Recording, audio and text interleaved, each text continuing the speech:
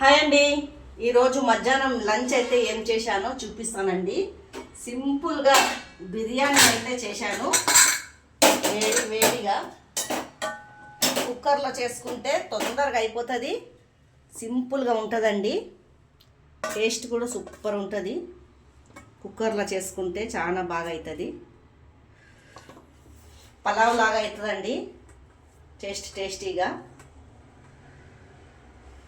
వేడిగా బిర్యానీ.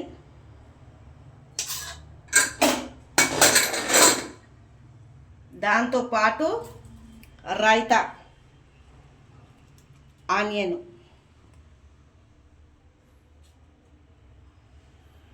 మీ ఎంతమందికి ఇట్లా వేడి బిర్యానీ రైతా ఇష్టం ఉన్నదో కామెంట్ బాక్స్లో కామెంట్ చేయండి. లైక్ సబ్స్క్రైబ్ అయితే చేసుకోండి. ఫుల్ వీడియో దీని రెసిపీ అయితే పెడతానండి, చూడండి. పూర్తి వీడియో అయితే వాచ్ చేసి చూడండి.